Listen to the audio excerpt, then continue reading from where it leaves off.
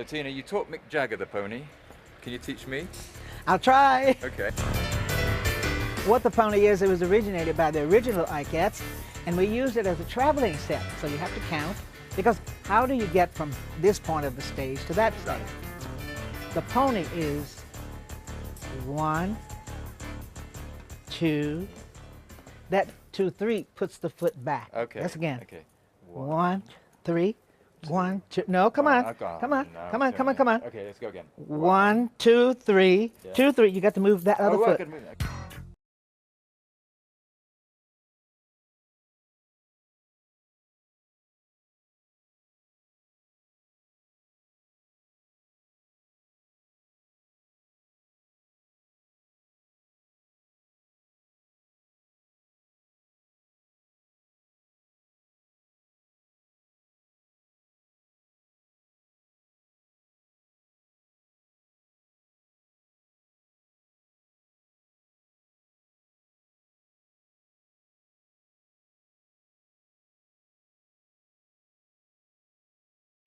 Tina Turner. Hello. Hello. Another autobiography. Another. This one is the end of the second part. Yeah. Why? What did you want to say?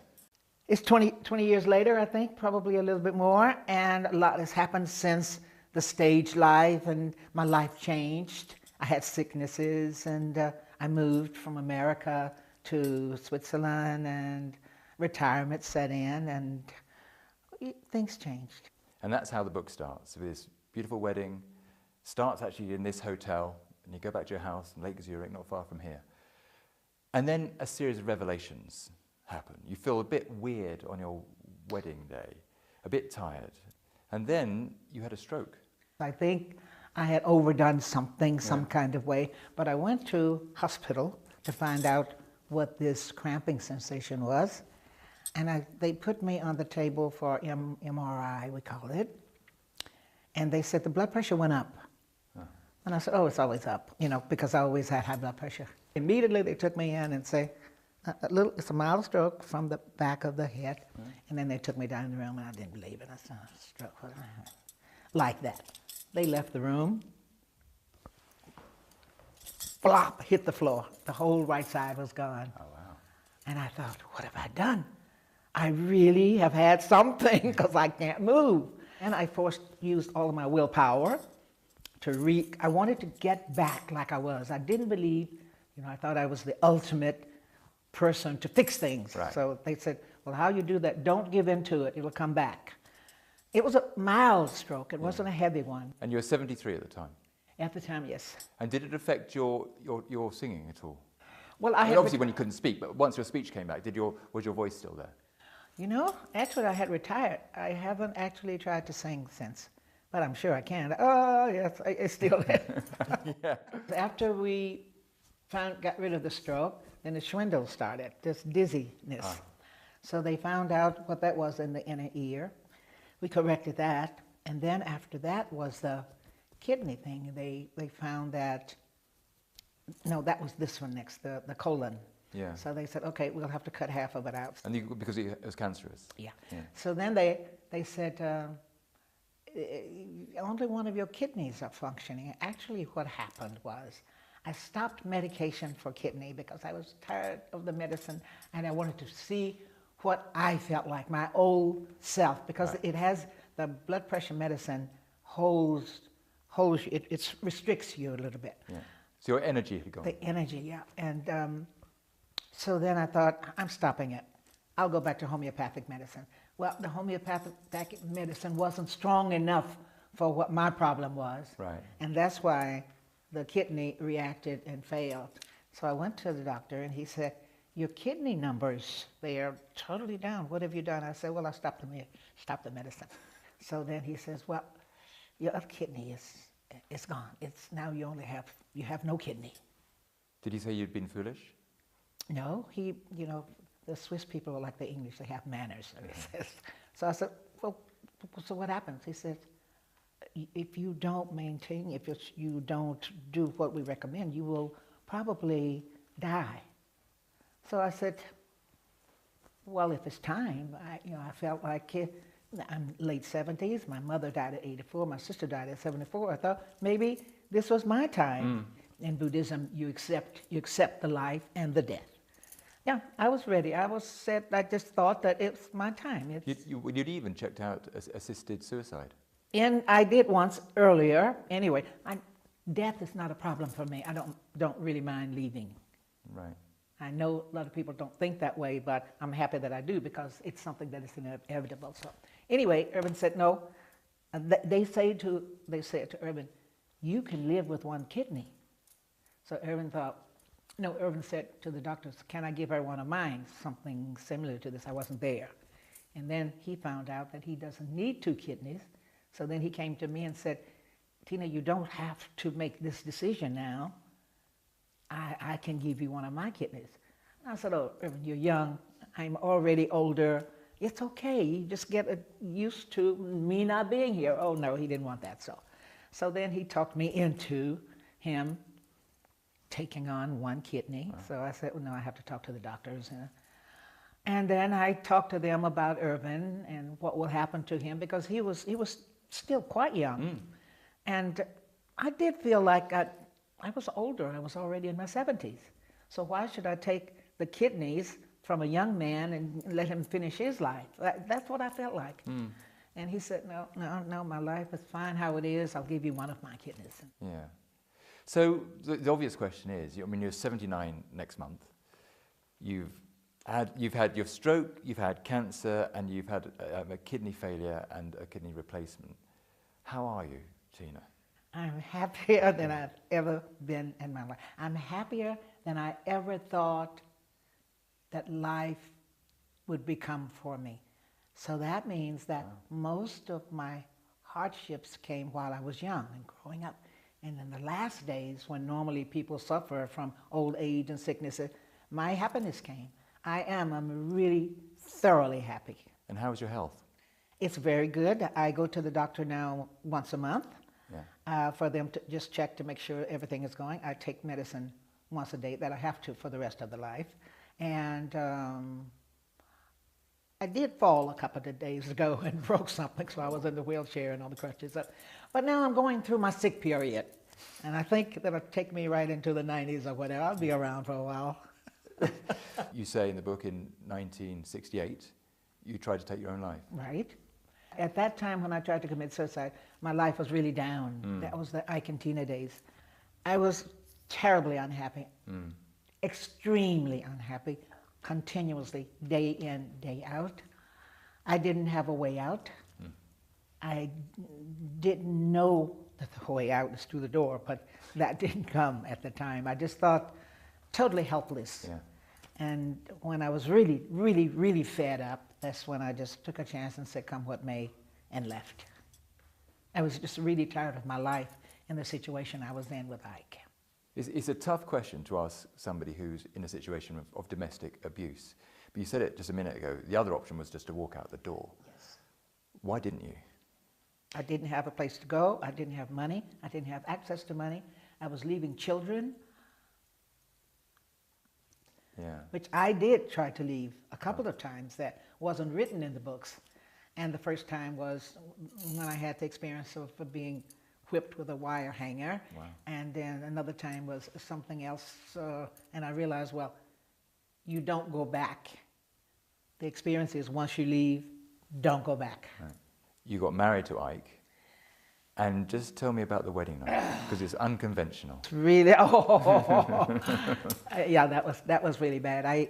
Ike was crooked from day 1 to day 2 to the end of one day. Everything he did was conniving, and I was different. I thought the wedding, I was fairy tale-ish. I thought, you know, someone would ask you to marry and you to wear the white dress, and this was my wedding. A piece of paper pushed across, and we signed.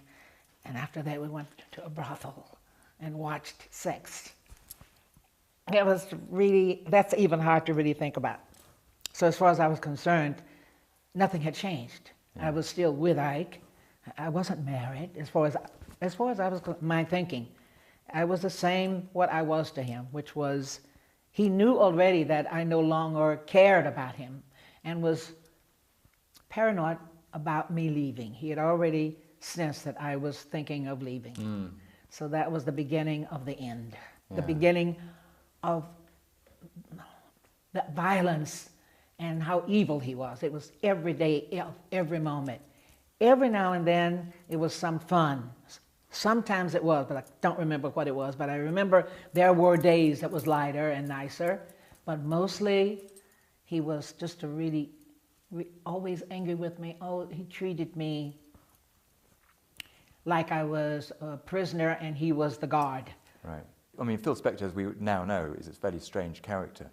But what could he do for you as a producer? What Tina Turner did he find? He wanted me to sing, not deliver. Ike had me singing more of a gospel way. When I was a little girl, I had a rag doll. The melody of that song was, when I was a little girl.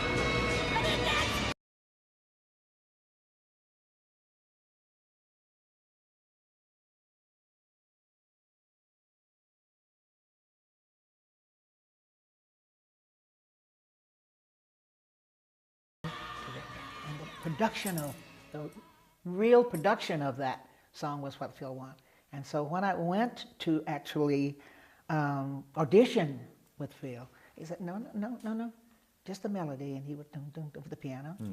And then I thought, oh, well, that's easy. I can sing anything if you tell me how to sing it. Give me the melody.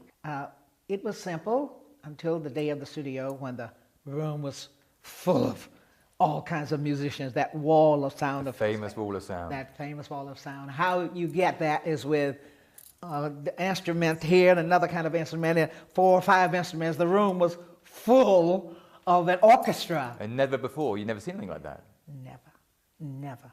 And when that da-dum, da-dum, dum, dum, I chill now. I mean, it was another feeling to sing to that. Oh. When I was there, really to sing into that da-dum, da-dum. I saw exactly what Phil was producing. And you're not just a singer in that context, you're an instrument, aren't you? Right. Yeah, actually, yes. He's just playing you like... It was totally 2 different ways of singing. Yeah. And then Bono gave you a song, and you couldn't find the melody in that at all. Bono said, when I received Golden Eye... This is for Bond? Yeah. I thought, he didn't make a proper demo. Someone just threw the music together, and he had just written the song. And when Roger, my manager, said, Tina, this is a song, he told me it was a big break. So he said, it's a little bit rough. And I thought, how do I put this together? Even it wasn't showing me what the melody was.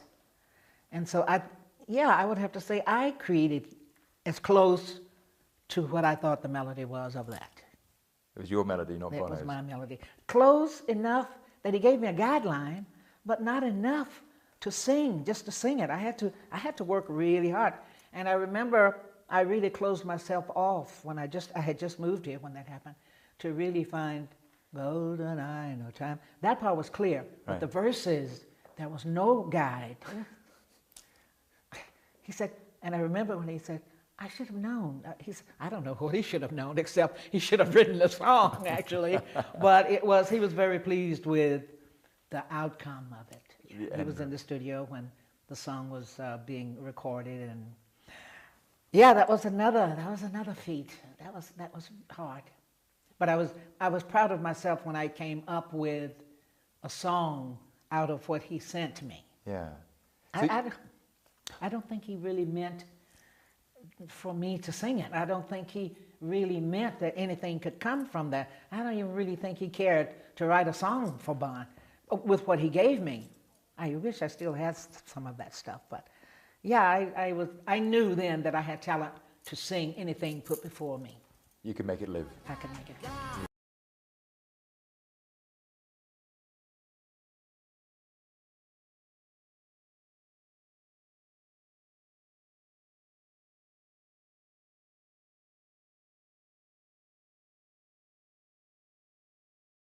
So you became a Swiss citizen, relinquishing your American citizenship.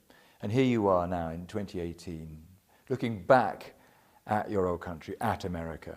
What are you seeing? Difference. It's different than when I was there. My attitude about being there is I had lived there the first 50 years of my life, and now I'm moving to another country. Part of that was because of my relationship with Irvin. Part of that was I was always treated a little bit different in those other countries than in America, because in America, a black singer, R&B singer, is always a black singer, R&B singer. That is what I was in America. They saw me as an R&B singer. And that's why Rivers Deep Mountains High was not pop enough to be pop in America, not black enough to be black, so it didn't have a home. So that was the story there. And why I felt so comfortable leaving America was because everyone treated me not as a black person, they treated me just as a star. As a rock star. As a rock star. Yeah, in Britain, really, Britain, in Holland, in Germany. All over, they welcomed me with open arms. And I felt really good and welcome. Yeah. There is a tragic end to the book, Tina. You know, it comes after the book is finished, really. It's an addition, and it tells the awful story, really, of your son's suicide. Yes. It's very hard to talk about, but I've managed because it's been quite a while. I still don't know what took him to the edge, because at that stage he had said to me that he had never met a woman that he felt that way about, which I met her during the funeral and asked her about Craig's life. This is his girlfriend? This is his new girlfriend. I'm sure he was bringing her at 60 to meet me during his birthday in August. He had decorated his apartment that I bought him years ago. He had gotten a new job with a very prominent real estate company in California. I was very happy with. I have no idea what pulled him down except something that followed him with loneliness. I think it was something with being alone. But when I think that, then why didn't he call the new girlfriend that gave him the lift? So it wasn't that. He didn't call her. Actually, it seemed like she wondered what happened to Craig. He hasn't called. So it looked like whatever was bothering him, he was an introverted person. He was very shy. So I didn't know either, except now when I listen back to our last conversations, I notice a change in, he was like, "Hi, dear." And I said, "Oh, nobody calls their mother dear," whenever he called me. And the last few times we talked, the conversation was different.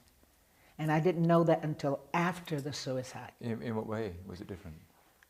The "no dear," "no hi dear," I just want to hear your voice, and that laugh of yours. After the fact, I thought, hear your voice? He never said that, and that laugh of yours, never. Just always talked about coming to see the musical. I sent him the book and all of that, and everything was going good for Craig. Every time he called me, but those last two, I would say the last two times that he talked to me, it was no hi dear, no, you can tell when the voice is up, when the voice is down. Right. The voice was down, as if he's just relaxed at his new apartment and all. Yeah. Let's end more cheerfully, Tina, because Tina, you're supposed to be retired.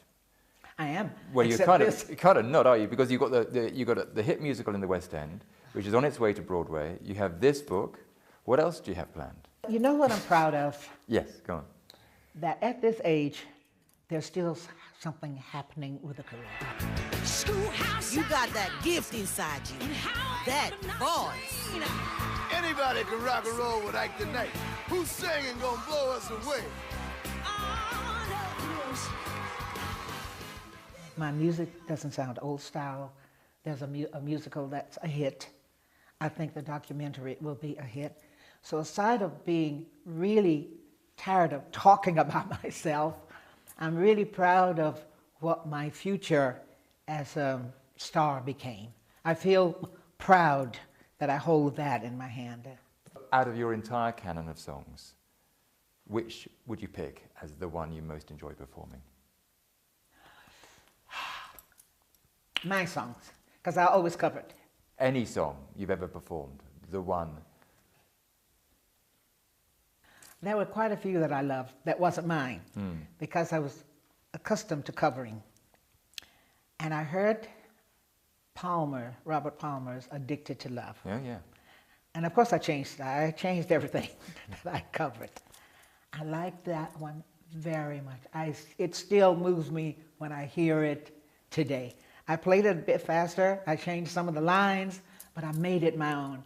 Addicted to Love, something was right about it being my song. My songs were good songs.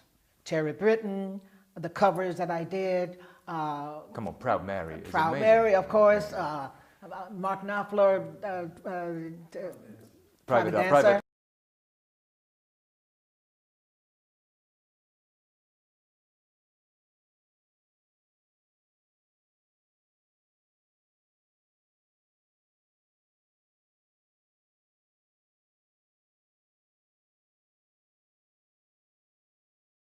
Say so in the book. What would you like to come back as? I'd like it to be easier. What do I want to come back? I think, as a teacher, I think I want to come back with the knowledge that I learned this lifetime. And I think I want to teach spiritually to help people know how to live. And are you Anna Mae or are you Tina Turner? Both. How did I say both? Tina Turner is still on stage. People still see me as Tina. I will always be Tina to them because they only see me on stage. They are not in my home and in my private life. I think even the people in my private life might see a little bit of anime at some of the parties or whatever, or my style of living. I don't party a lot. I don't travel a lot. I stay at home, so they can go by how I live my life here to know that, no, oh no, she's not that way or this way. So they would know that that part of Tina is only on for stage. So Anna Mae is a quiet, reclusive type. A little bit Tina Turner is less, a showwoman. Less than the showwoman, much less, I think. Tina Turner, thank you very much indeed. Wonderful. Thank you.